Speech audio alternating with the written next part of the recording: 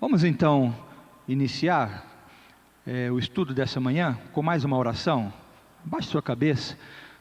Pai, mais uma vez queremos pedir que nesta manhã o Senhor nos conduza, ó Deus, nos temas, ó Pai, alusivos à vinda de Cristo, que estamos ao longo destes domingos estudando. Pedimos que o Senhor nos ajude nesta manhã, esclarecendo nossos corações e, ó Pai, nos edificando através da Tua Palavra.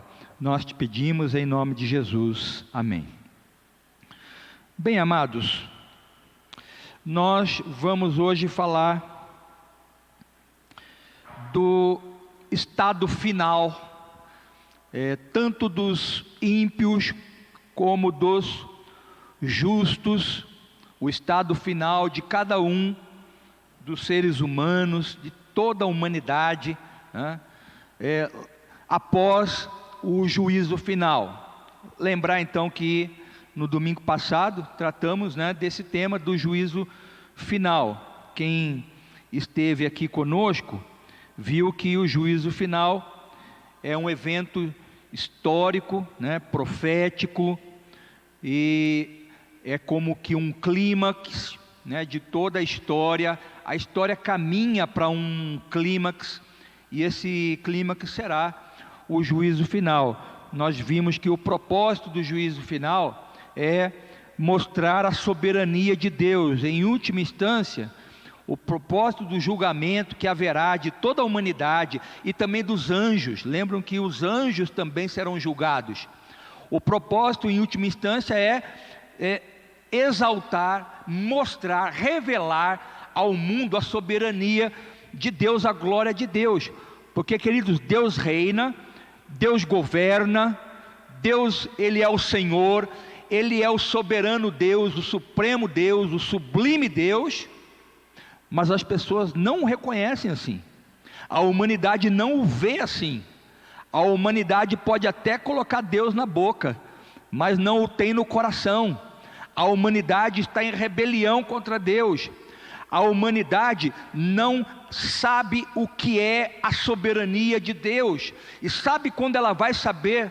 Não é quando um governo tiveram, por exemplo, uma tendência evangélica. Não é quando nós tivermos um presidente evangélico. Não é quando nações tiverem líderes evangélicos na política. Não é aí que Deus vai ser reconhecido e compreendido como Deus soberano.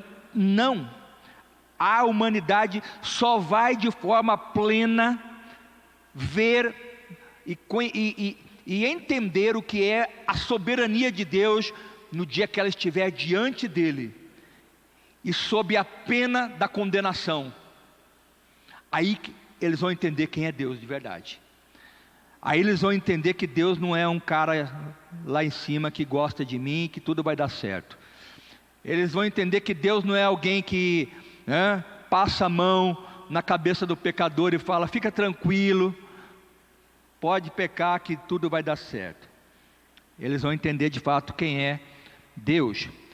Então o propósito do juízo final em última instância é isso, além de revelar o grau de punição que cada um vai receber. Nós vamos falar um pouco disso hoje. Cada um vai receber uma punição. E também, por fim, no juízo final, Deus vai designar o lugar de cada um, a caixinha de cada um.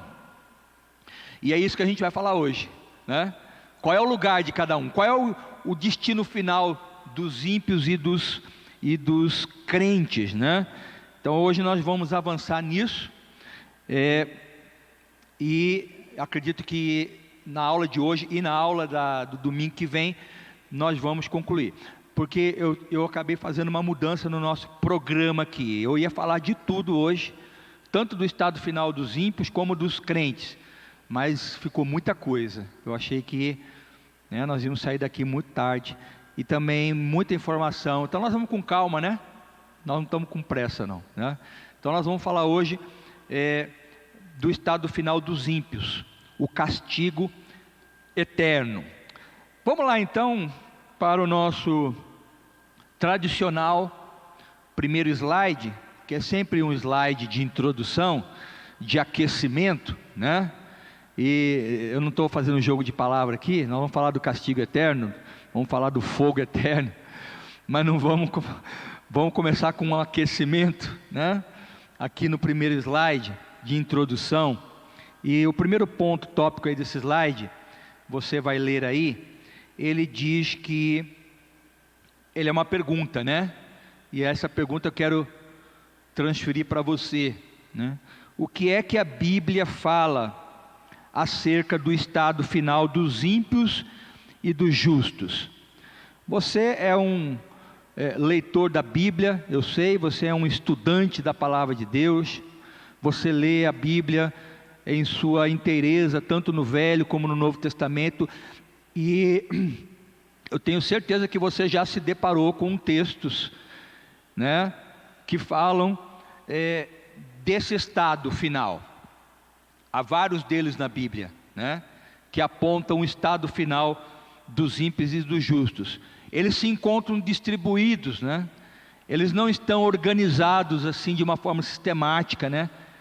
Tem aqui uma parte da Bíblia que só fala disso, né? Eles estão distribuídos ao longo da Bíblia. Então hoje a nossa tentativa vai ser de organizar um pouco, né? Condensar e a gente entender de uma forma estruturadinha, né? Esse conjunto de textos. Nós não vamos conseguir ler todos os textos, nós pegamos os principais, todos os textos alusivos o estado final dos ímpios. Então, vamos ver o que a Bíblia fala, né? O que mais? Não hoje, mas na próxima aula, o segundo ponto, nós vamos ver como serão os novos céus e a nova terra. Há muita fantasia também nessa área, né? Há muita ficção nessa área. Nós vamos agora ser mais realistas, amém? Nós vamos sair um pouco da esfera da ficção para a esfera da realidade bíblica do que será de fato os novos céus e a nova terra. Então vamos ver, é uma terra, é um céu eminentemente espiritual, é um céu como esse que nós contemplamos, com as suas atmosfera, litosfera, estratosfera, essas camadas todas. Que tipo de céu é esse? É um céu espiritual? É um céu que a gente, né, não consegue pegar? O que é que nós vamos ter diante de nós? Então nós vamos procurar ver isso aqui, tá? Terceiro item aí deste slide inicial de aquecimento é que, então, nesse estudo, né, e no próximo, do domingo que vem, nós vamos estar tratando sobre o estado final daqueles que comparecerão, ou compareceram, né, perante, o certo é comparecerão, né, perante o tribunal de Deus. Quem são? Os ímpios, e aí você inclui nessa categoria tanto homens como anjos, né? Nós falamos disso domingo passado, e os justos. Então, este é o público que vai comparecer perante o tribunal. E aí, então, nós vamos estudar hoje e no domingo que vem, né, o que vai acontecer com esse público, tá? E, por último, para dizer que, né, num resumo rapidinho aqui, os que estão em Cristo desfrutarão da eterna bem-aventurança dos céus. Amém? Os que estão em Cristo hoje, né, agora, porque o resultado do julgamento é diretamente proporcional ao que acontece hoje. Então, nós vimos na aula passada que o juízo final depende do seu relacionamento com Cristo. A decisão de Deus acerca da tua vida, pessoalmente, individualmente, não é nem da sua família, do seu esposo, dos seus filhos, não, é de você. A decisão de Cristo acerca de você depende do seu relacionamento com Cristo hoje. Jesus falou o quê? Aqueles que me negarem, eu também negarei naquele dia diante do meu Pai. Porque a cada pessoa que comparecer na fila ali, Deus vai olhar para essa pessoa e antes de falar com ela apenas, Ele vai olhar para Cristo. Aí Cristo vai falar assim. Aí Cristo vai fazer assim. Não vai ter assim, ó. Vai ter ou só assim, ou só assim. Né? Não vai ter, mais ou menos. Né? Ele ia, mas não ia. Era crente, mas não era. Não, não era. Morno vai ser vomitado da boca, né? Ou vai ser assim, ou vai ser assim. Então, se você tem uma relação com Cristo hoje assim, lá você vai receber uma curtida também. Mas se o seu relacionamento for assim, lá também você vai ser esquecido, né, pelo Senhor. Aquela palavra dura que Ele vai dizer para as pessoas: não vos conheço. Pai, não conheço. Mas eu era membro da igreja. Deus, Pai, não conheço. Então, o resultado do julgamento depende do que nós acontecemos, do que aconteceu hoje. Então, os que estão em Cristo hoje vão desfrutar dessa eterna bem-aventurança, né, do novo céus e da nova terra. Ao passo que os que não estiverem em Cristo serão entregues à punição eterna no inferno. Eu sei que você não quer isso, né, nem para você nem para ninguém. Então, nós vamos falar no final da importância desse tema, né, tanto para você como para aqueles que você ama. E uma delas vai passar por isso. É porque você não quer isso para você. Você não quer um destino final como esse, horrível, né? De ser entregue à punição interna no inferno. Então essa lição é muito importante para nós. Vamos para o próximo slide? Vamos entrar agora um pouquinho mais dentro do tema do castigo eterno. Então, como nós falamos inicialmente hoje, nós vamos falar exclusivamente do estado final dos ímpios, tá? Então, nosso propósito hoje é tratar só do estado da punição eterna. E antes de entrarmos no que é e como vai ser, a gente vai falar um pouco nesse slide das tentativas, pode clicar, de negação dessa doutrina. Que doutrina? A doutrina da punição eterna. A punição eterna é uma doutrina. Não é só um tema ali, não é só uma possibilidade. Não, é uma doutrina bíblica muito séria, né? Tanto que ao longo da história toda, né, da igreja, principalmente da igreja, essa doutrina foi alvo e continua sendo alvo hoje, é alvo hoje de tentativas de desconstrução, né? Tentativas de desfazimento, de negação.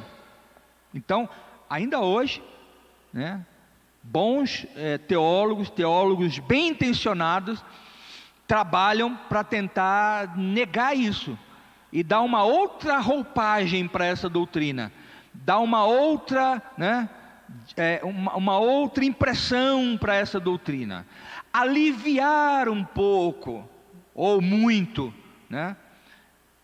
Então isso é sério, porque isso pode iludir muita pessoa, muita gente, e levar muita gente à destruição. Então nós vamos tentar aqui ver um pouco disso, para a gente também ficar assim, vacinado, né?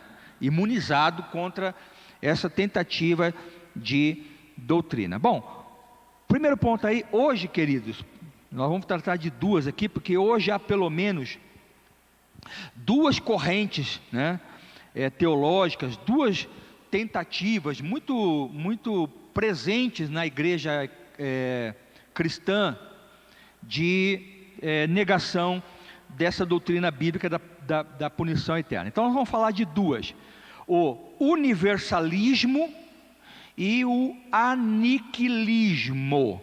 Universalismo e o aniquilismo. Nós já falamos um pouco do aniquilismo, vamos falar um pouco mais hoje, mas já falamos um pouco de aniquilismo, se os irmãos lembram, quando nós estudamos a imortalidade da alma, né? Aquele tema da imortalidade da alma. Falamos desse estado intermediário, né, que você vai experimentar depois que, se você morrer, né, e se Cristo não voltar antes, você morre e você vai então viver ali um período que a Bíblia chama de estado intermediário da alma. E dentro desse tema todo nós falamos um pouco de várias doutrinas e falamos um pouco do aniquilismo ou extincionismo, né? Então nós vamos ver isso hoje. Vamos primeiro ver os universalistas, próximo tópico aí. Quem são os universalistas? Esse grupo ensina basicamente o seguinte, que no final de tudo vai dar certo. Poucas palavras, é isso. No final de tudo, Deus vai abrir a sua caixa de amor, seu coração da graça, e vai falar assim, como aquele pai, né? Aquela mãe, né? Que equivocadamente, né? Chega um momento ali, ele fala, vai dormir, vai. Esquece, né? Deixa, passa a mão, né? Então, os universalistas são, em palavras assim simples, esses que ensinam que no fim da história todo mundo vai ser salvo, todo mundo vai ser abençoado por Deus, Deus vai estar muito feliz com Jesus e com os salvos, que Ele vai abrir mão de aplicar punição para aqueles que foram rebeldes, e vai colocar todo mundo dentro da arca, né? Vai colocar todo mundo dentro do céu. Entra aí, galera, né? Eu vou ser pai agora e amoroso, então não tem problema. Essa é uma doutrina muito difundida, muito pregada, né? Especialmente ela tem sido trazida à tona hoje muito fortemente pelos liberalistas, pelo liberalismo, pelos seguidores da hipergraça de Deus, né? Que fala que não tem nada a ver essa doutrina de punição, né? Então esses são os universalistas. Eu alerto que não tem nada a ver com aquela universal, tá? Não tem nada a ver com a universal. São uma corrente muito, muito próxima às vezes da gente, né? Então esses caras acham que o inferno, a punição eterna, são incoerentes, são ideias incoerentes, né? Com o conceito de um Deus amoroso, um Deus misericordioso. Para eles, essas coisas não fecham. Como um Deus amoroso, um Deus misericordioso, pode punir alguém eternamente, de forma muito dura, né? E aí, queridos, a gente tem que tomar cuidado, porque a gente às vezes é seduzido, aos poucos, né? Trazido para um conceito desse. Então, aparecem até músicas, e nós cantamos, né? Eu vou cantar uma aqui, que eu não sei cantar direito, mas a gente dá um jeito aqui, né? Aí aparecem músicas, não estou falando que nós não devemos cantar mais essa música, tá? Por favor, né? Aí aparecem as músicas assim, oh, impressionante, como é que é? Infinito e ousado amor de Deus. E aí você fica com aquilo na cabeça. Aí aquilo, o amor de Deus, Ele sempre vai atrás de mim, Ele nunca vai me deixar, né? Tem aquela outra música, me fugiu agora, fugiu. Tem músicas, tem mensagens, tem pregações. Você vai para as redes, para o YouTube, tem mensagens que elas vão, né? Bota-se uma musiquinha ali, uma meia luz, um banquinho, o cara senta, abre a Bíblia assim, uma Bíblia fininha, né?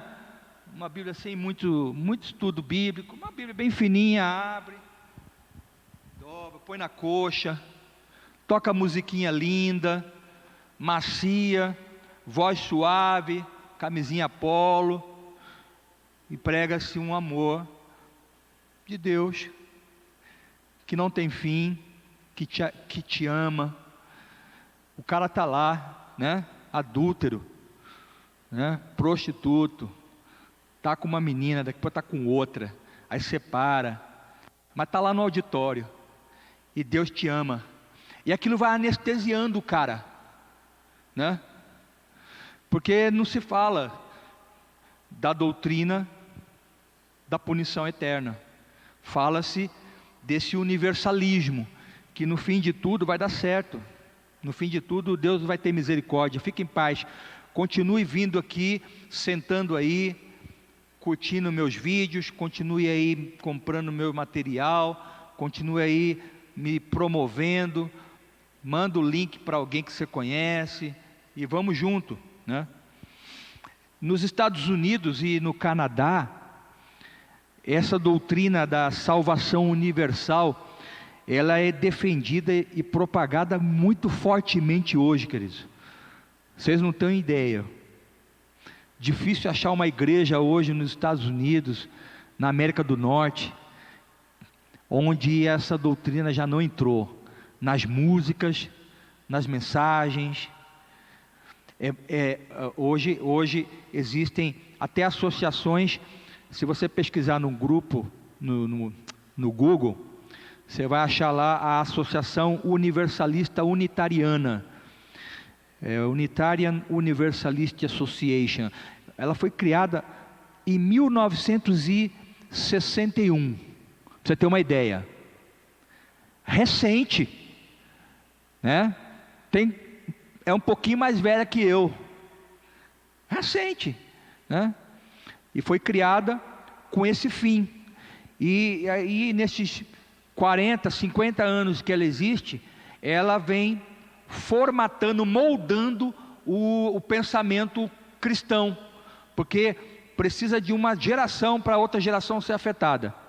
Então as coisas que estão acontecendo agora, começou quando, queridos? 40 anos atrás, uma geração, trabalhando para ser o que a igreja é hoje. Estou falando a igreja, né? Essa igreja do coração grande, que é incapaz de dizer para uma pessoa que se ela continuar no adultério, na mentira, se ela continuar na prostituição, se ela continuar no vício, ela vai para o inferno, ela vai eternamente ser punida por um Deus amoroso. Pode falar, Douglas. O Douglas vai falar ali. Aí, os irmãos que estão com o microfone vão ter que passar. Tá? Então o Marcos aí, quando alguém quiser falar, você leva lá para a pessoa, pode levar lá para o Douglas, que ele vai fazer uma pergunta. Enquanto isso, você vai pensando aí também na sua. Bom lembrar que sempre eu falo isso, né? Isso aqui é uma aula, não é um sermão. Então perguntem, comentem, tá bom? Na verdade é só um comentário, é o que chamam de teísmo terapêutico, né? O senhor já ouviu essa expressão? Teísmo terapêutico. Isso, que usa Deus só como uma terapia para as tuas emoções, você é bonitinho, tá tudo, vai dar, se não está tudo certo, vai dar tudo certo, sim. Calma, no final tudo se resolve, é só terapia, não existe, como o senhor falou, o confronto, a questão da punição eterna pela condenação dos nossos pecados. Pecado não existe, você é maravilhoso, Deus te ama, vai dar tudo certo, é só terapia. É triste, é uma mensagem que é anestesia, não confronta, né? Então nós não precisamos de anestésico, nós precisamos de choque elétrico, queridos, no coração. Nós estamos parando, então você vem com choque, mas faça o contrário, vai anestesiando a pessoa, aí a pessoa vai perdendo, né, a sua visão de um Deus soberano. Aí sabe quando ela vai ver isso? Quando vai cair a ficha? Quando ela estiver em pé do lado esquerdo. Aí cai a ficha.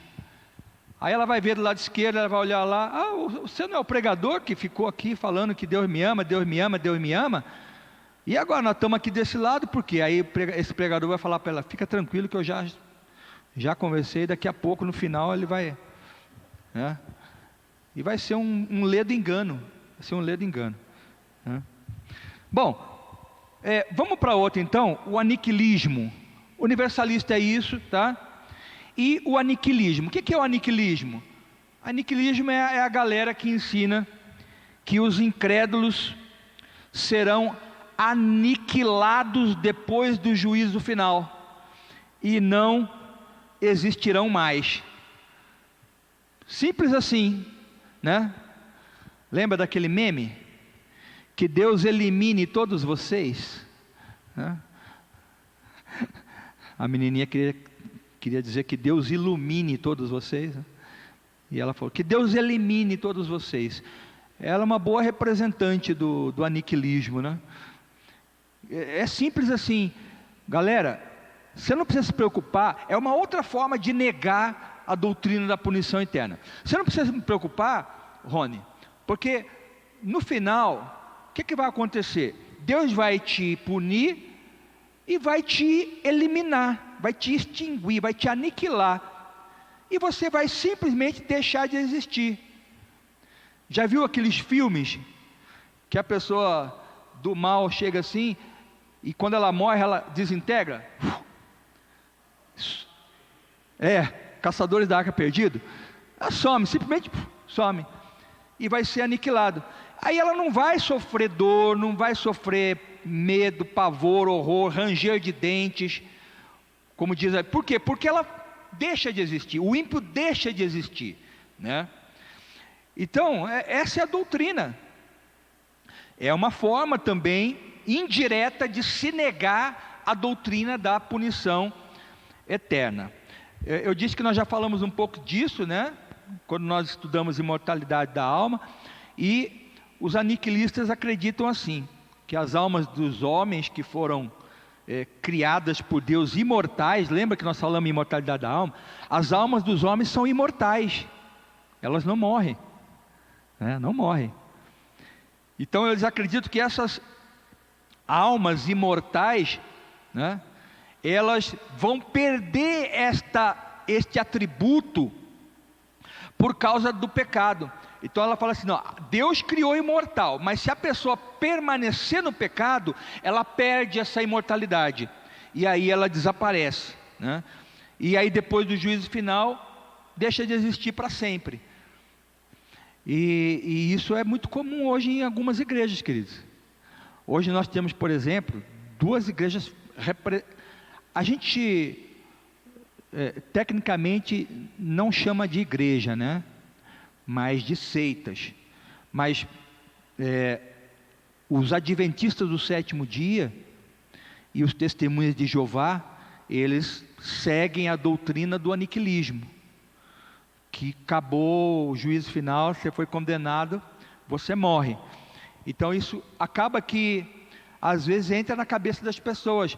Uma pessoa vem de uma igreja dessa, aí passa a frequentar uma outra igreja, e ela vai levando aquilo, essa tese, e aquilo também é outra forma de anestesiar o coração dela, e ela então deixar de ser confrontada, não permite ser confrontada por Deus e pela sua palavra, porque ela tem um legado, ela tem uma ideia, e isso cola na gente, na cabeça da gente, de tal maneira que coisas que o teu pai falou para você é lei. Você vive inconscientemente, né, dirigido por conceitos, legados, aprendizados que você, não vem da palavra, vem do que alguém te falou, do que tua avó te falou. É comum, né? A gente está conversando com as pessoas, e as pessoas, não, mas minha avó dizia o seguinte. Aquilo dirige ela, aquilo modula o pensamento dela, aquilo molda o caminhar dela. Então as pessoas acabam sendo moldadas por essa falsa doutrina, né, que quer se negar. Bom, vamos avançar. Próximo slide, nós vamos ver aí agora a veracidade da doutrina da punição eterna. Até aqui alguma pergunta, queridos? Pode fazer. Até aqui algum comentário? Pode falar. Marcos, passa ali para a gente. Agora nós vamos começar a ler um pouco de Bíblia, então, mas eu queria saber, até algum comentário, alguma pergunta? Eu só queria fazer um comentário, o seguinte, que muitas vezes a gente coloca na nossa ideia que o inferno está lá pegando fogo, e vai ter os capetinha espetando as pessoas, e a gente vê que a Bíblia mostra diferente, porque a separação de Deus que causa o tormento, não é o inferno em si. O inferno em si poderia ser mandar para um planeta qualquer, sem vida, mas a questão não é o inferno em si, é a separação eterna de Deus. É a mesma coisa de céu. Se eu pensar que o céu eu não vou estar unido com Deus, isso não seria um paraíso. O céu só é céu porque eu vou estar eternamente, plenamente unido a Deus. E o inferno eu vou estar plenamente separado, eternamente separado. É isso que causa dor, tormento e angústia. É por isso que durante séculos as pessoas usaram o inferno como ferramenta de conversão. Muitos não se converteram, muitos tinham medo do inferno. Até porque na época da igreja católica, na Santa Inquisição, era vida ou morte. Ou eu confessava que eu acreditava, ou eu literalmente era morto, torturado. Então não era amor por Deus. Eu acho muito difícil alguém vir para Cristo só por medo do inferno. Ele pode até confessar perante as pessoas para não ficar mal na fita, mas só o amor de Deus, o poder de Deus que pode trazer alguém para Cristo. O Rony levantou uma bola ali, gente, que eu vou deixar para vocês perguntarem. Eu nem quero perguntar não, mas ele levantou uma bola ali. Vocês pegaram ou não?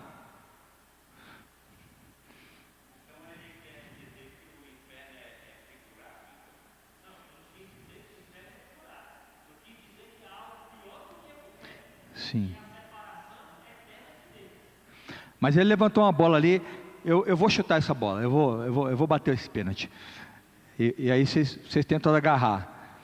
Ele falou algo ali e eu pergunto: Deus está no inferno?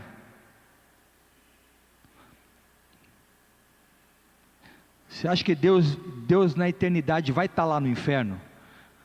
Hã? Não? Você acha que um Deus santo pode estar lá no inferno, junto com demônios, junto com Satanás, almas pecadoras? O que você acha? Está desligado aí, está desligado.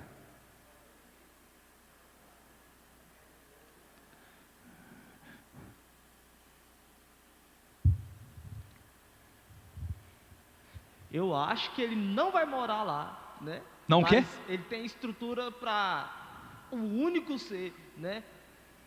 Para ir, mas o senhor perguntando dessa forma aí, isso aí, porque Jesus foi lá, né? E por isso e pelo poder e ele criou tudo, eu acho que morar ele não mora. E nem tem comunhão com nada e ninguém dali. Hã? Agora ou no final, Deus vai estar lá no inferno? Como é que fica o fato de sabermos que Deus ele é onipresente? Nós não falamos que Deus é onipotente, onisciente, onipresente? Deus sabe todas as coisas, pode todas as coisas e está em todo lugar?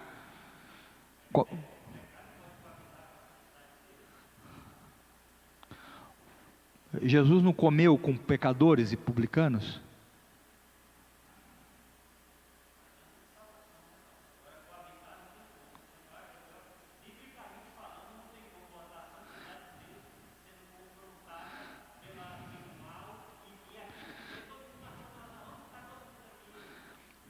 Então Deus não é onipresente.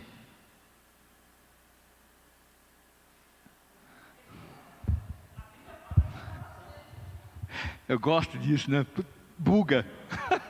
Deixa o pastor incomodar outro, né? Eu vou ficar quietinho aqui, vai. Buga. Passa a bola para outro, vai. Vamos fazer o seguinte, vocês fiquem com essa, tá? Pensem aí, tá? Vamos continuando aqui, depois quem sabe a gente vai respondendo. Pastor, Bom, agora do outro assunto aí, né? Estava falando do mesmo assunto aí, mas não do inferno, né? Da salvação, do inferno e salvação, né? A gente, o senhor citou algumas músicas, né? Impressionante, infinito amor. E tem gente que usa isso de má fé, né? Que é o pecado intencional, né? Fala, não, eu vou fazer isso porque isso.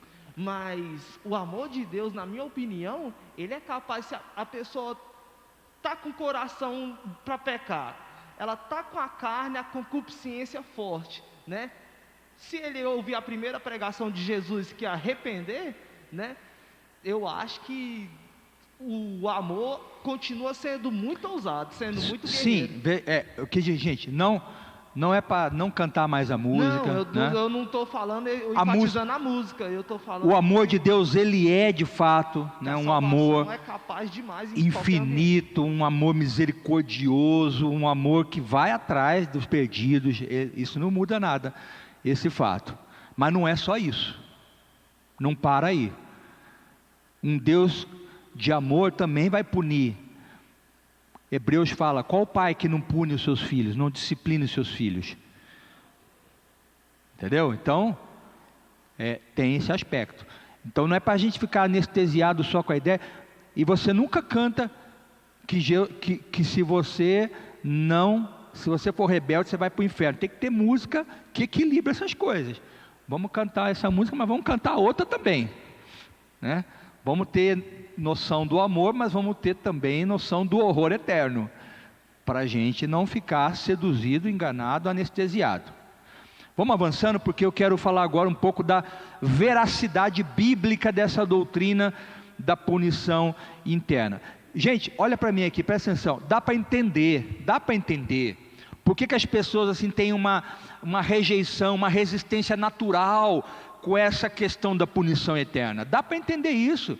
É uma ideia difícil, é dura, uma realidade que a gente quer fugir dela, né? Então, mas o fato é que, aí nós vamos para o primeiro ponto aqui do slide. Qual é o fato? A punição eterna, ela é uma doutrina fundamentalmente bíblica. Por isso ela deve ser aceita. Ela deve ser pelo crente, pelo justo, né, aceita. Nós não devemos brigar com essa doutrina, né? Então ela precisa ser aceita por todos nós. O próximo ponto ali, Cristo no seu ministério, aquele mesmo Cristo que vai atrás da ovelha perdida, o Cristo do impressionante amor, o amor de João 3,16, Deus amou o mundo de tal maneira que deu o seu Filho unigênito.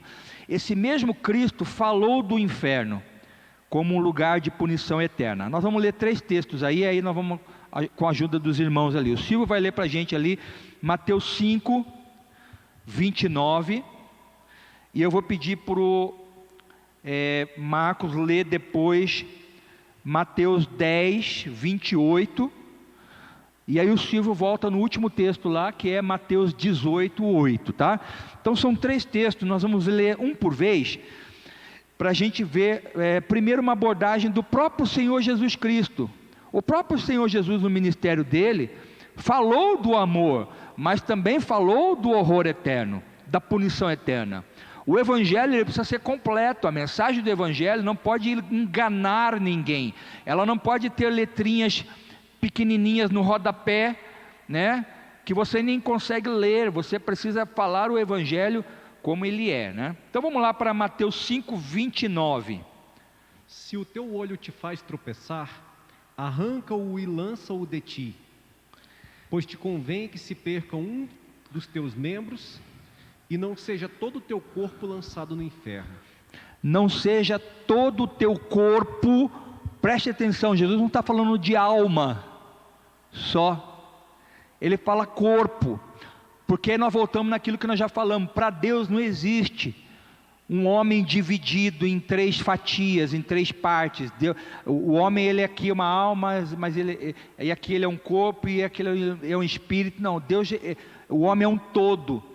Quando Jesus está falando de corpo, ele está falando de corpo, mas está falando de alma também, mas ele está querendo ressaltar que nós vamos com os nossos próprios corpos. Lembra que no juízo final, Deus vai ressuscitar todos vão comparecer perante Cristo com os seus corpos que foram mortos, os seus corpos que foram cremados, né?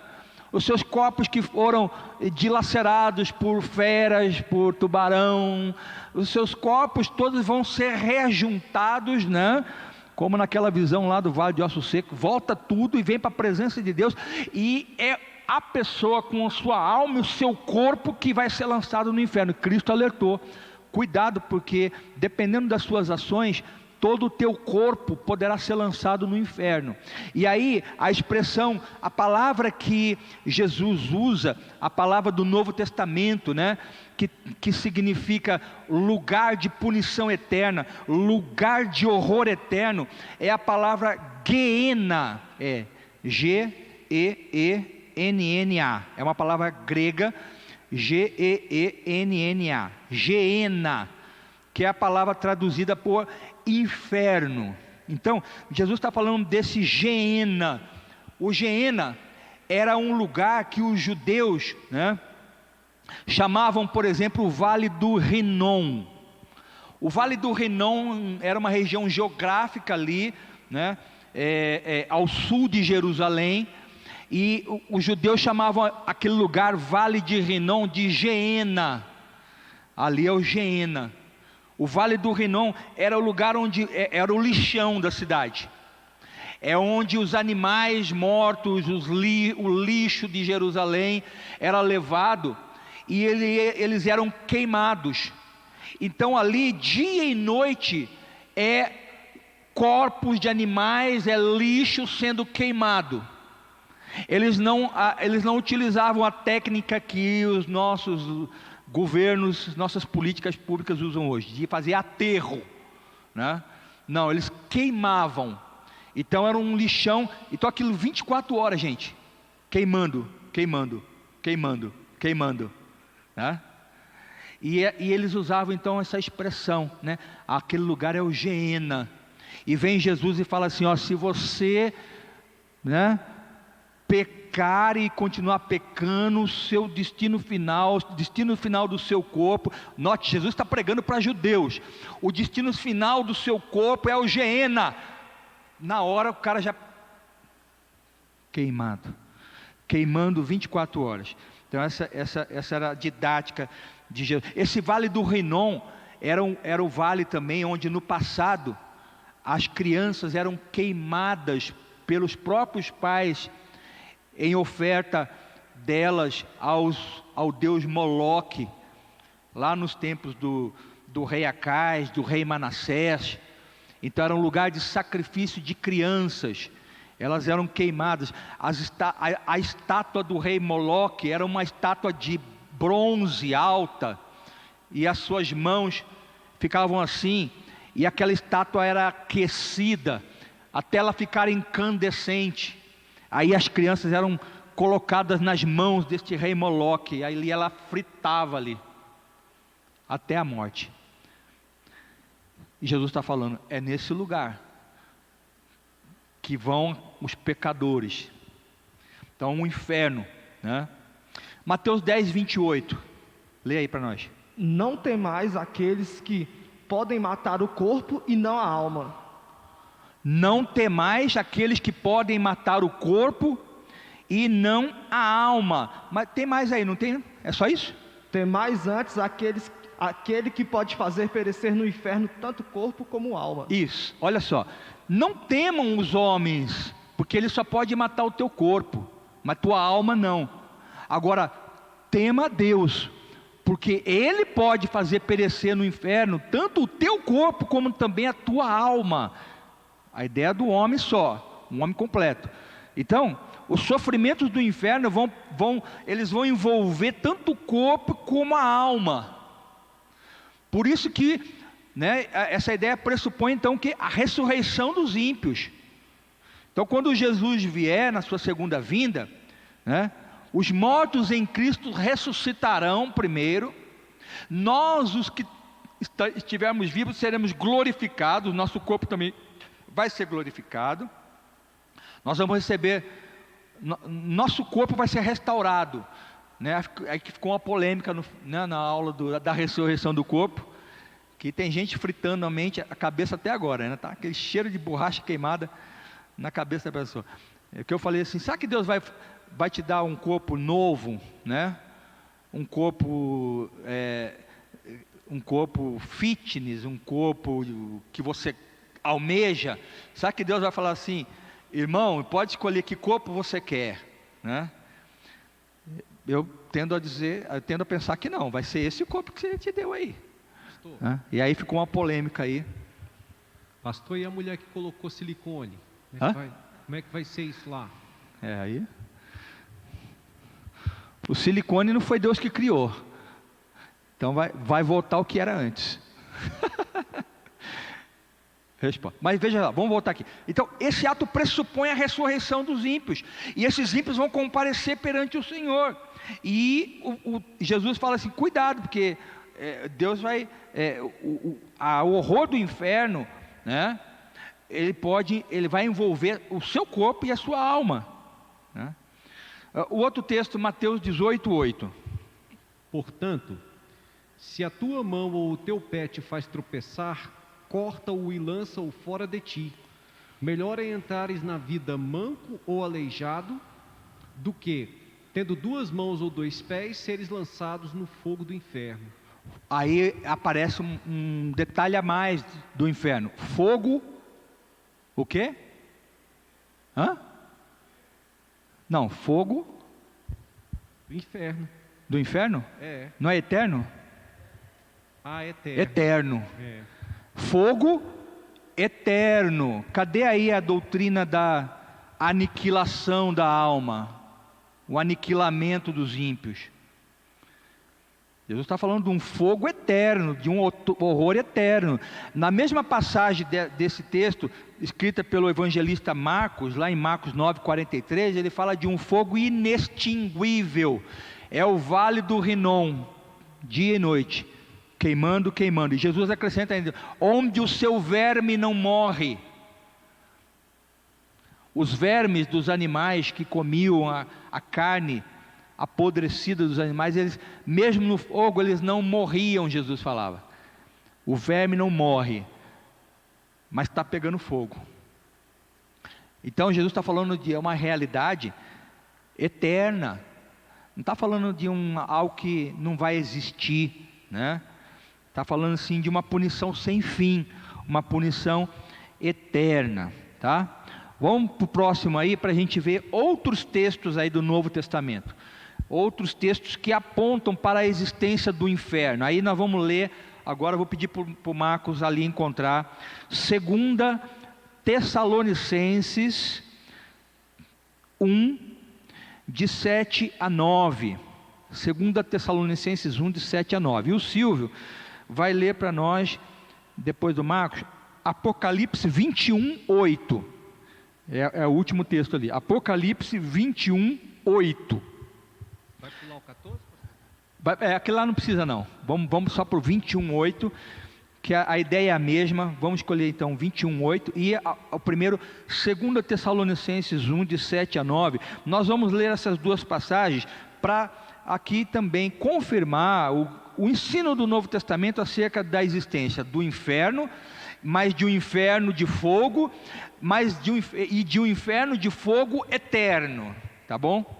Então 2 Tessalonicenses 1, 2 Tessalonicenses 1, de 7 a 9. E a vós outros que sois atribulados, alívio juntamente conosco, quando do céu se manifestar o Senhor Jesus com os anjos do seu poder, em chama de fogo, tomando vingança contra os que não conhecem a Deus e contra os que não obedecem ao Evangelho de nosso Senhor Jesus. Amém. Então, essa passagem está falando o quê? Chama, destruição, né? E a ideia envolvida aí, deixa eu abrir aqui, o Marco foi mais rápido que eu. Deixa eu abrir aqui.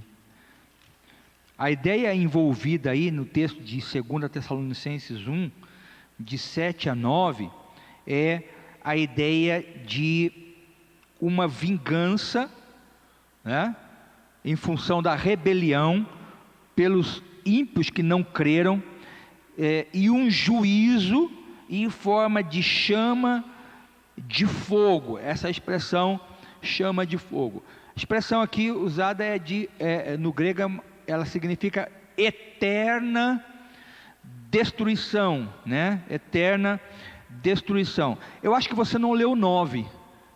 Lê o 9, é que no 9 que ele destaca essa... Eu vou ler aqui, diz assim o 9: estes sofrerão penalidade de eterna destruição, banidos da face do Senhor e da glória do seu poder. Aí sim, essa expressão oletron aionion, uma expressão grega que significa eterna destruição, é uma ruína eterna, uma punição interminável, que implica na exclusão. Aí vai na linha do que o Rony comentou, e também começa a responder um pouco da bola que eu levantei aqui, né, que ele levantou e que eu chutei. O Rony falou assim, uma separação de Deus, e é verdade, essa expressão ela tem esse sentido, é uma punição eterna e é uma eterna exclusão da presença graciosa do Senhor. E o texto fala, banidos da face do Senhor e da glória do seu poder. Então aqui nós temos que entender isso. Por um lado nós temos o ímpio lá, eterna destruição, ruína eterna, e banido da face graciosa de Deus. Ao ímpio é impossível ele sentir, a partir desse momento, alívio, porque hoje aqui, querido, o pecador peca, mas ele ainda tem a graça comum de Deus, né, que não o faz sentir o horror do que ele deveria estar sentindo. Como é que se chama isso do ponto de vista de um ato de Deus?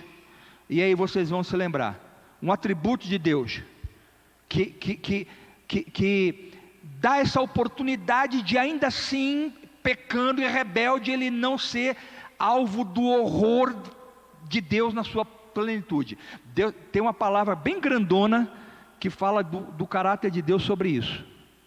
É uma palavra bem grandona, uma palavra bem longa.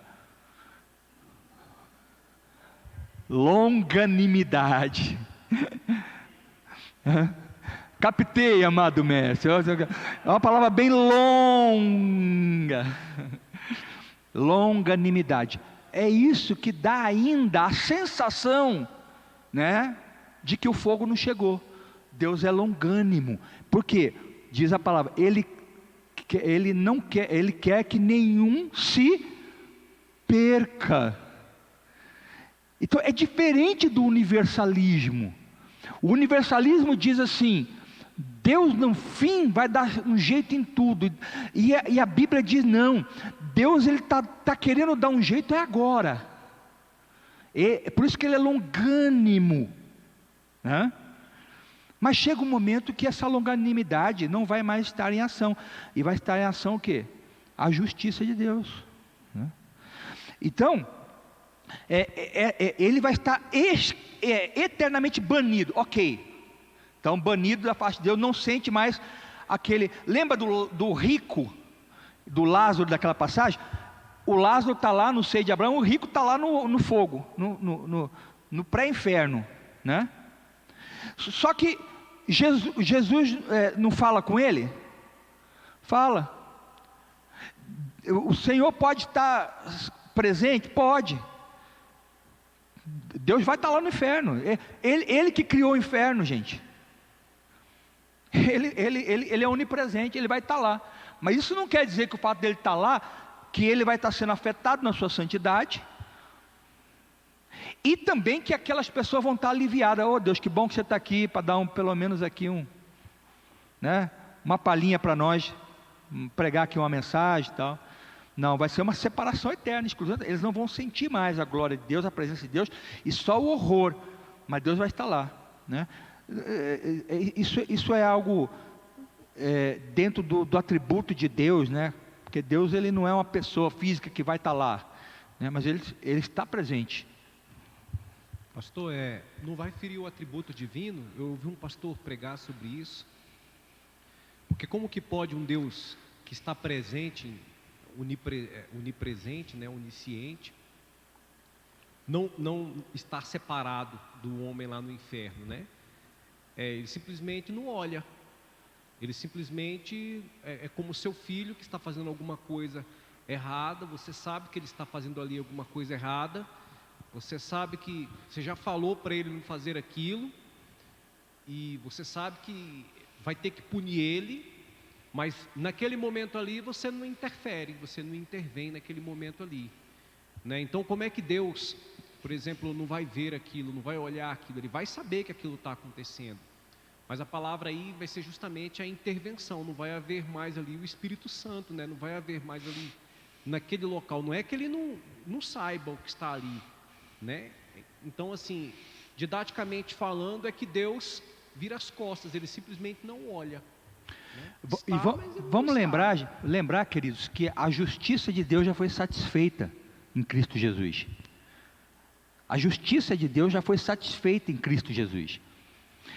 Antes disso, havia uma separação mesmo, como Isaías fala, entre Deus e o homem. Hoje, Deus, ele satisfez a sua justiça no seu Filho, ao ponto dele, né, ter contato com a gente. Não é, se fosse por causa do pecado, ele não podia nem estar com a gente, porque a gente tem pecado ainda. Mas ele foi satisfeito em sua justiça em Cristo Jesus, que foi propiciação em nosso lugar. E hoje nós temos acesso a Deus e Ele tem acesso a nós.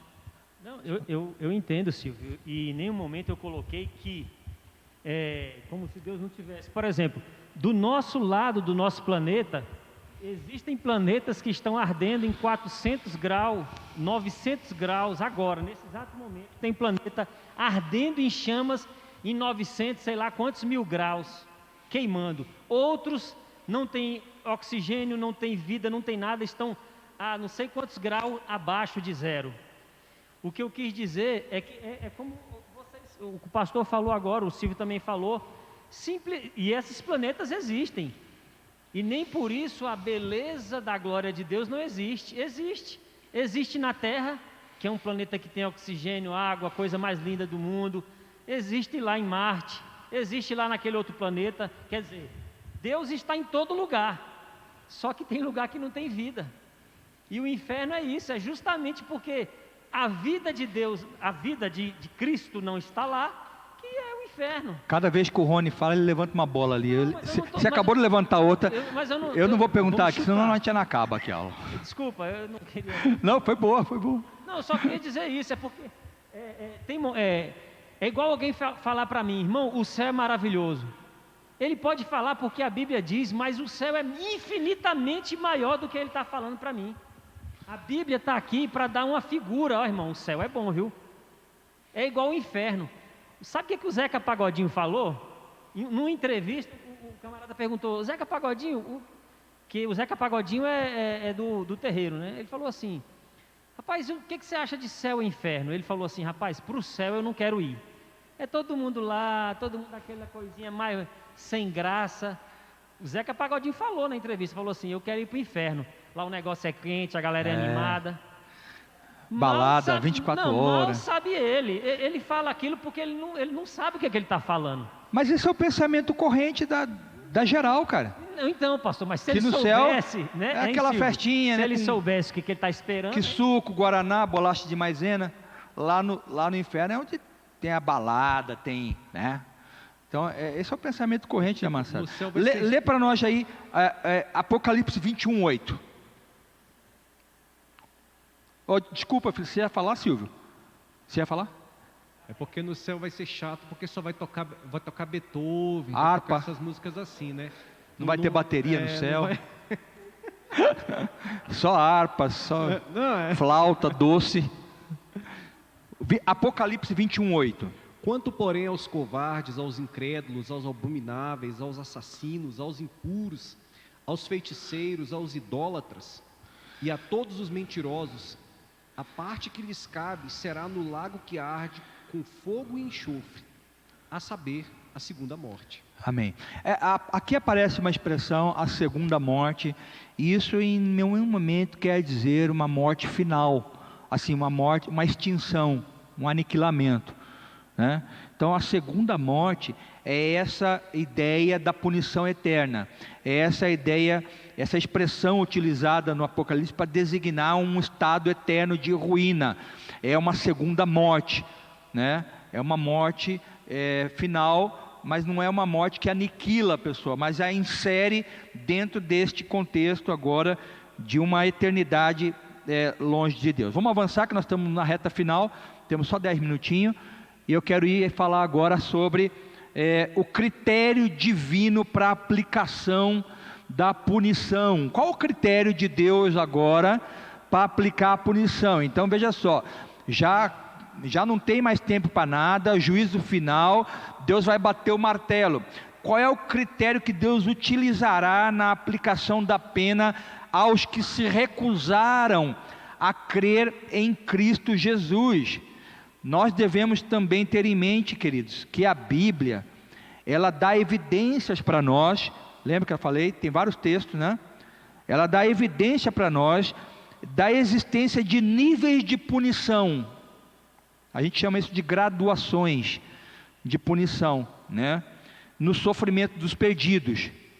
Então, o primeiro ponto ali é que nem toda pessoa perdida, né? Aí no caso dos ímpios, né? Vão experimentar os mesmos sofrimentos dos outros. Todos vão experimentar sofrimentos? Sim, mas nem todos os sofrimentos serão iguais. Será sofrimento, mas nem todos serão iguais. Isso não quer dizer que vai ser melhor para um em detrimento de outro. Para um vai ser melhor, alguém vai se sentir melhor que o outro, alguém vai se sentir pior do que alguém. Não vai ter esse tipo de comparabilidade, mas Deus, na sua justiça, Ele vai punir de forma proporcional, né, ao pecado dela. E qual que é a métrica de Deus para considerar que alguém vai ter uma punição diferente da outra? É a luz. Deus vai julgar os homens com base na luz que eles tiveram, e não com base numa revelação que eles não tiveram. Ele vai julgar as pessoas com base na revelação que aquela pessoa teve de Deus, do conhecimento de Deus, do conhecimento da Bíblia. É com base nisso que eles vão ser julgados. Pode falar. Tem um versículo que diz que pelo conhecimento serão julgados, né? Que é justamente isso. Sim, nós vamos ler um texto aqui que é mais prático para nós, mas é basicamente isso, né?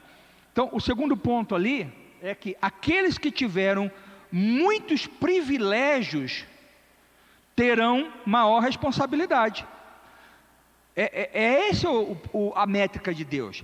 E aqueles que tiveram menos privilégios vão ter menos responsabilidade. Por exemplo, você hoje está aqui, nesta manhã, numa condição privilegiada. Você está aprendendo da palavra de Deus, você está recebendo luz.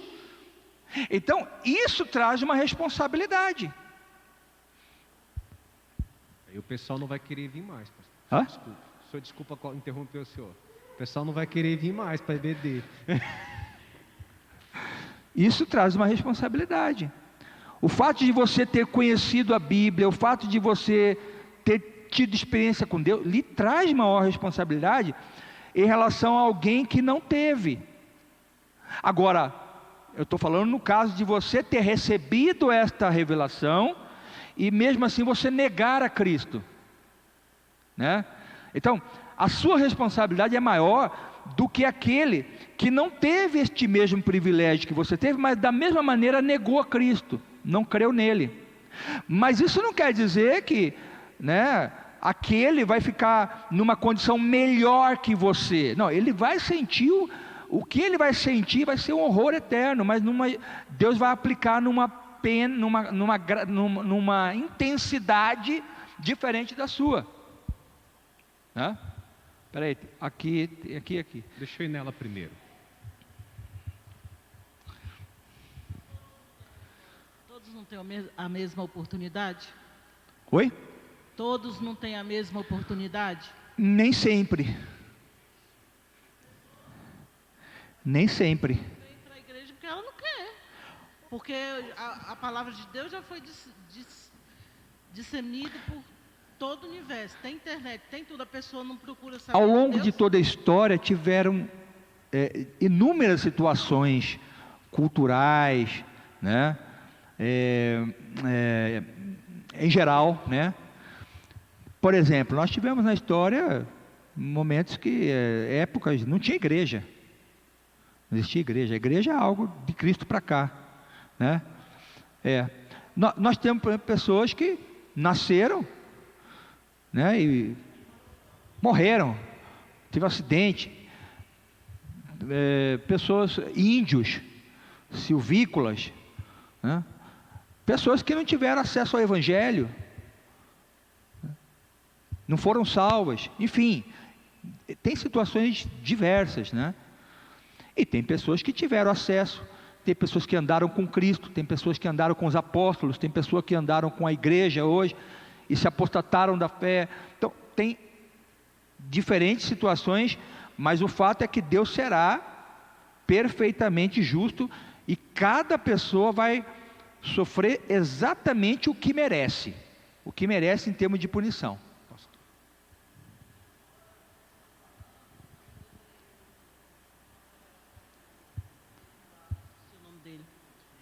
Agora o senhor falando, eu lembrei também de um comentário que um pastor famoso falou, que o senhor estava falando sobre as gerações, precisa 40 anos, né, para formar uma geração. Um conceito. E ele falando que hoje na Europa, as igrejas estão virando cinemas e bares.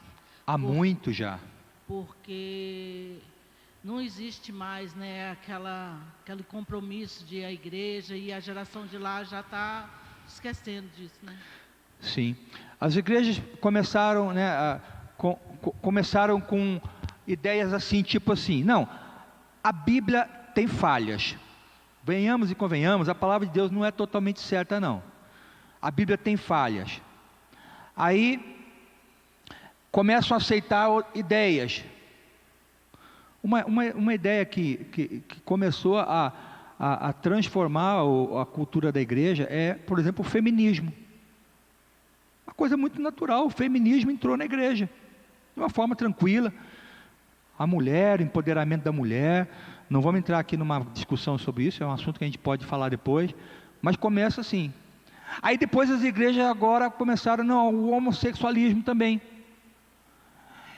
Não, podemos ter ministros homossexuais, pastores homossexuais, pastoras homossexuais, aceita assim. E aí morre. Então é assim, primeiro, a Bíblia não é totalmente certa. Segundo, aceita o feminismo, aceita o homossexualismo, aceita isso, morre, acaba a igreja. Esse é o processo, né? Muitas igrejas caminharam, o liberalismo entrou e mata a igreja, acabou.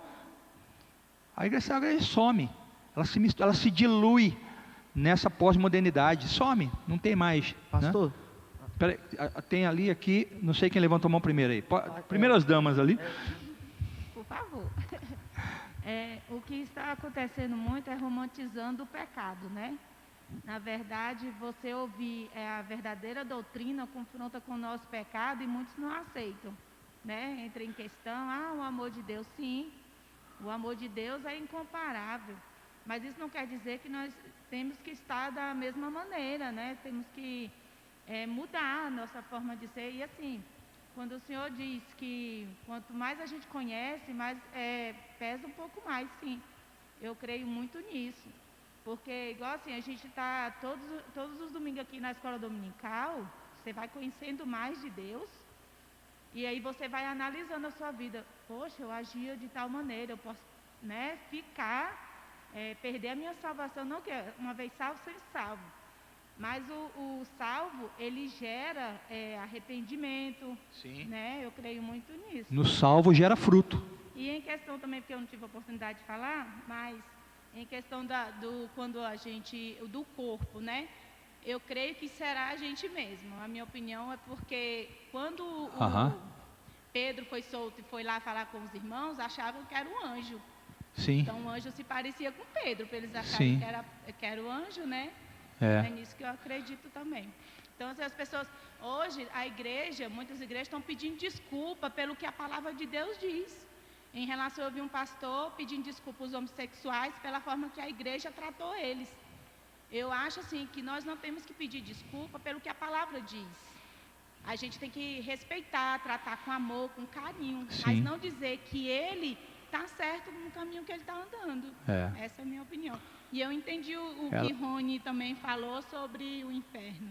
Eu entendi perfeitamente. Quem levantou a mão? Marcos? Não, pastor, o que eu acho interessante, que a dúvida da irmã é a posição do conhecimento, e na minha opinião, 1 tonelada de pedra é a mesma coisa que 1 tonelada de isopor, só que será que ambos cabem no mesmo espaço? Queridos, Silvio, pode falar. Pastor, eu sempre tinha pensado no escalonamento para cima, nunca para baixo, né? Que quando a gente morrer e vier a vida vindoura, os galardões, né? Então, quer dizer, terão salvos que estarão em posição de superioridade a outro, em razão do galardão, né? Vamos dizer assim, um escalonamento, né? Mas eu nunca tinha pensado para baixo, né? Os que irão, os condenados, também terem um escalonamento para baixo. Eu nunca tinha pensado nessa hipótese. Sim. Né? Tem um texto que ilustra bem isso, não vai dar tempo de ler todo ele, eu só vou ler 2 versículos, está em Lucas 12, 47 e 48, é o texto, pode clicar aí, Douglas? O terceiro, por essa razão haverá graduações nos sofrimentos dos perdidos, conforme o próprio Jesus indica nesse texto, você pode ler em casa depois, a parábola do servo vigilante, mas no 47 diz assim, aquele servo que conheceu a vontade de seu Senhor e não se aprontou, nem fez segundo a sua vontade, será punido com muitos açoites.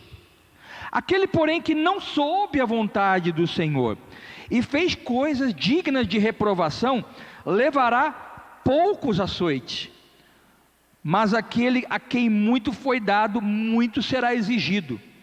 E aquele a quem muito se confia, muito mais lhe pedirão.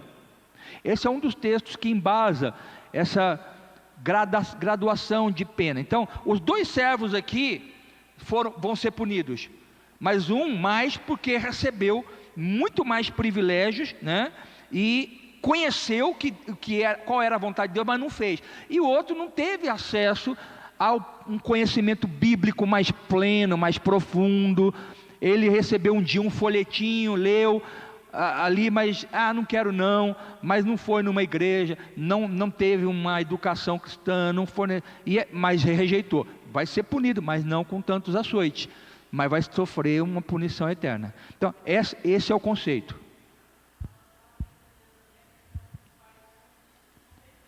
Só um minutinho,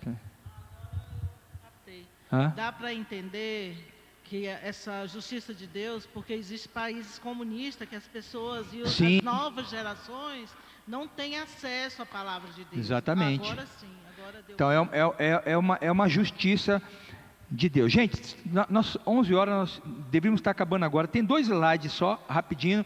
Vamos passar para o próximo, eu vou passar rápido agora, em menos de 5 minutos. Primeiro para uma pergunta que o Rony foi falando ali, e levantou uma bola ali. E onde é o inferno? Qual que é a localização do inferno, né? Então, essa é uma pergunta que quem costuma fazer são as crianças. Os adultos não fazem essa pergunta, tá? Só as crianças, né? Onde é o inferno, né? Então, a ideia, pode passar, Douglas? A ideia de um céu em cima e um inferno embaixo é uma ideia foi uma ideia muito comum na Idade Média, né?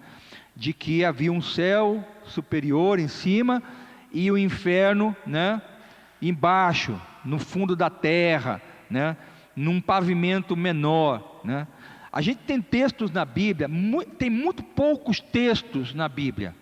Tem um texto que está em Provérbios 15, 24, que fala de um inferno embaixo e um céu, um caminho que leva para cima, né, que seria o céu. Vou ler aqui, Provérbios 15, 24. Lembra que Provérbios não é um livro doutrinário, necessariamente doutrinário. O versículo diz assim: para o sábio o caminho da vida leva para cima, para desviar do inferno embaixo. Então, talvez por causa de textos desse, a igreja na Idade Média formou esse pensamento, né? Porque a pergunta que se faz, se o inferno é embaixo, a pergunta que se faz é: onde embaixo? Na terra? No centro da terra? Tem a terra aqui, num planeta embaixo da terra, embaixo do planeta Terra. Aonde é esse embaixo? E tudo que nós podemos dizer, o último tópico lá, é que de acordo com as informações que a gente dispõe na Bíblia como um todo, né, a gente sabe que há um inferno, mas a Bíblia não deixa claro onde é esse lugar exatamente. Então a gente não consegue ir além disso. E além disso é ficção, é fantasia, é ficar tentando conjecturar se é no meio da Terra, se é em outro planeta, se é uma região espiritual, se é uma região física. A gente sabe que os corpos vão estar lá, os corpos ressuscitados vão estar lá, dos ímpios.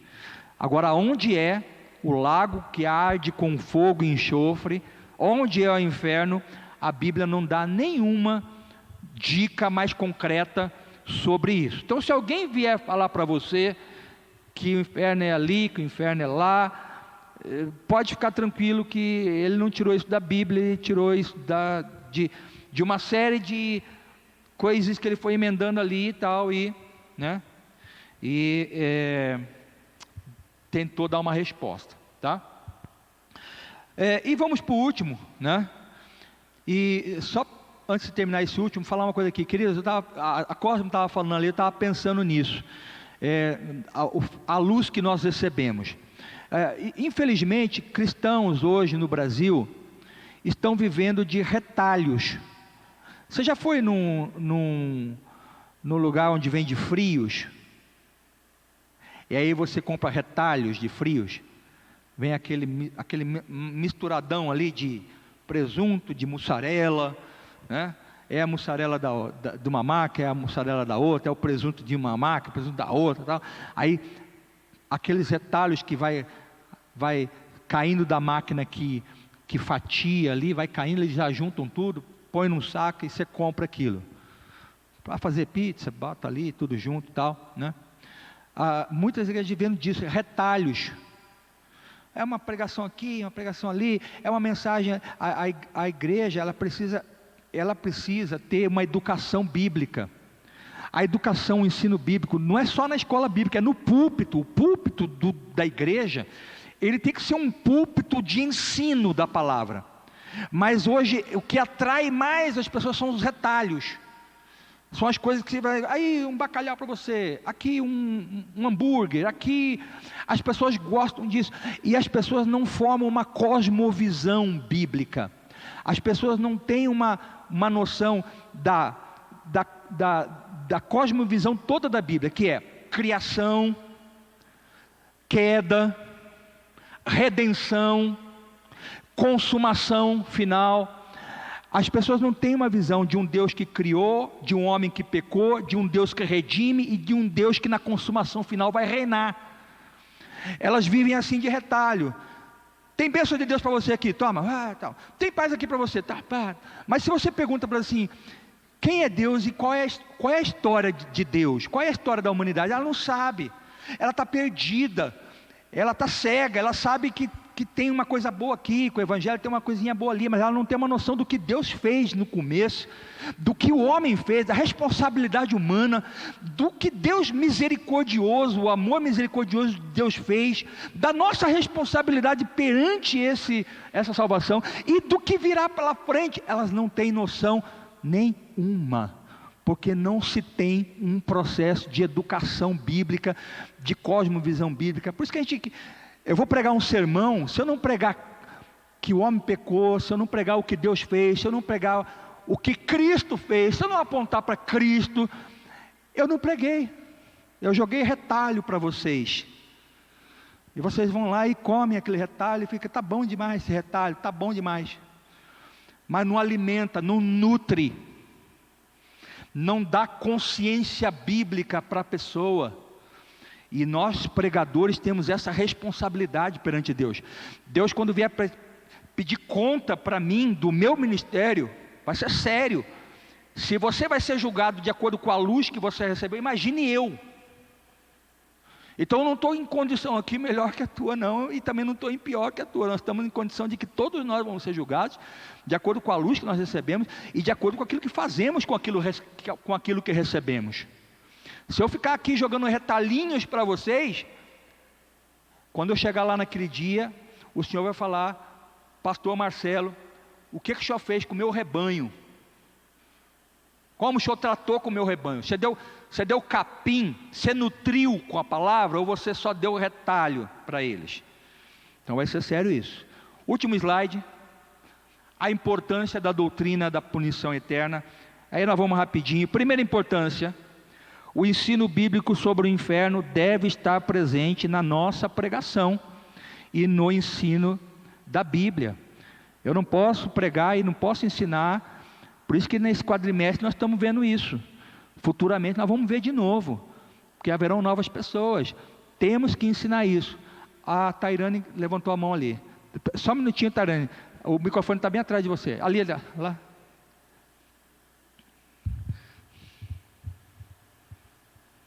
Bom, pastor, eu só queria fazer uma pequena observação, né? Um comentário do que o senhor acabou de falar, que realmente as pessoas precisam ter o conhecimento da palavra, né? Que muitos pastores por aí não pregam com conhecimento, mas olhando lá nos bairros periféricos, suburbanos, eles ainda têm que dar graças a Deus por ter uma pessoa, um pastor, que pregue ali, que ore por eles, mesmo sem ter o estudo profundo da palavra, porque ele, naquele ciclo ali de pobreza, né?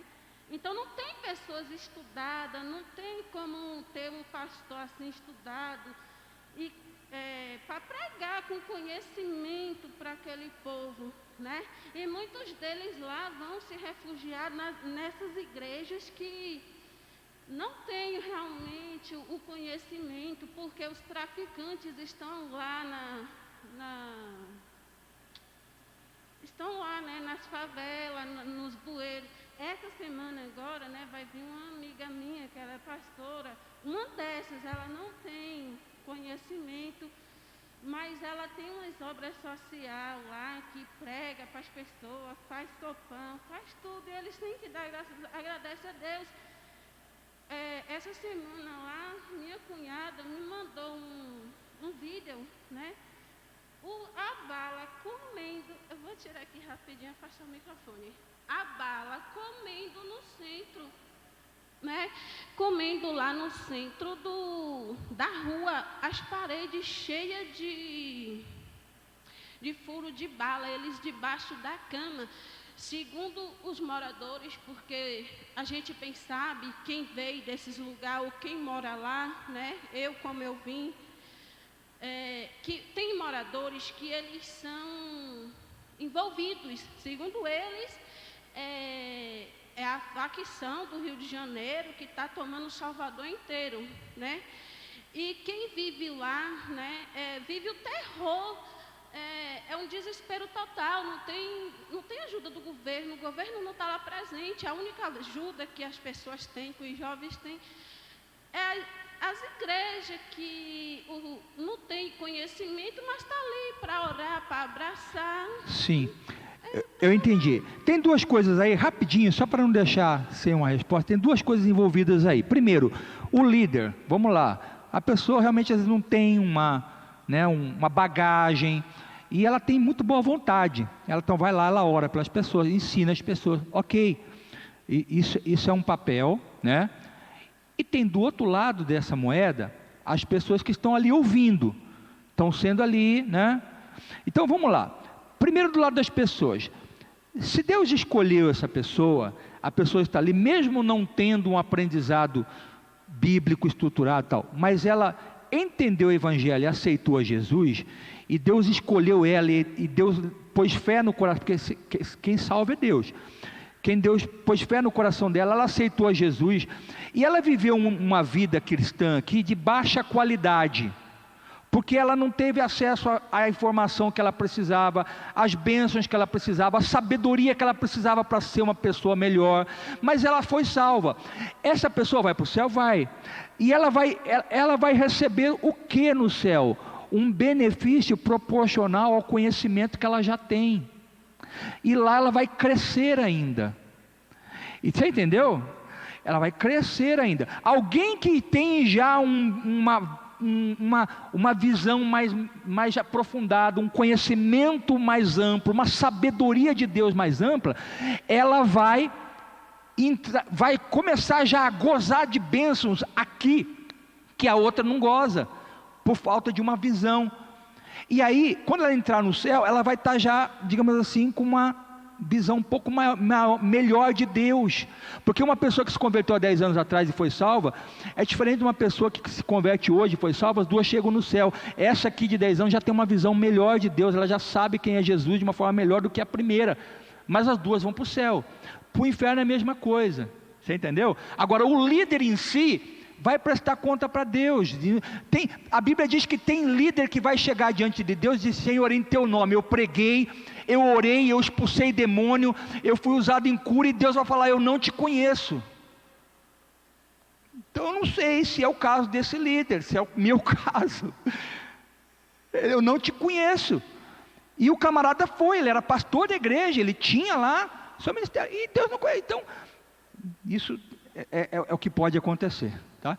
Mas deixa eu correr, gente, que nós estamos avançados. O segundo lá, por favor. O ensino bíblico sobre o inferno é parte importante do nosso empreendimento missionário evangelístico. Se eu não pregar essa mensagem, eu não salvo vidas. Eu tenho que pregar essa mensagem.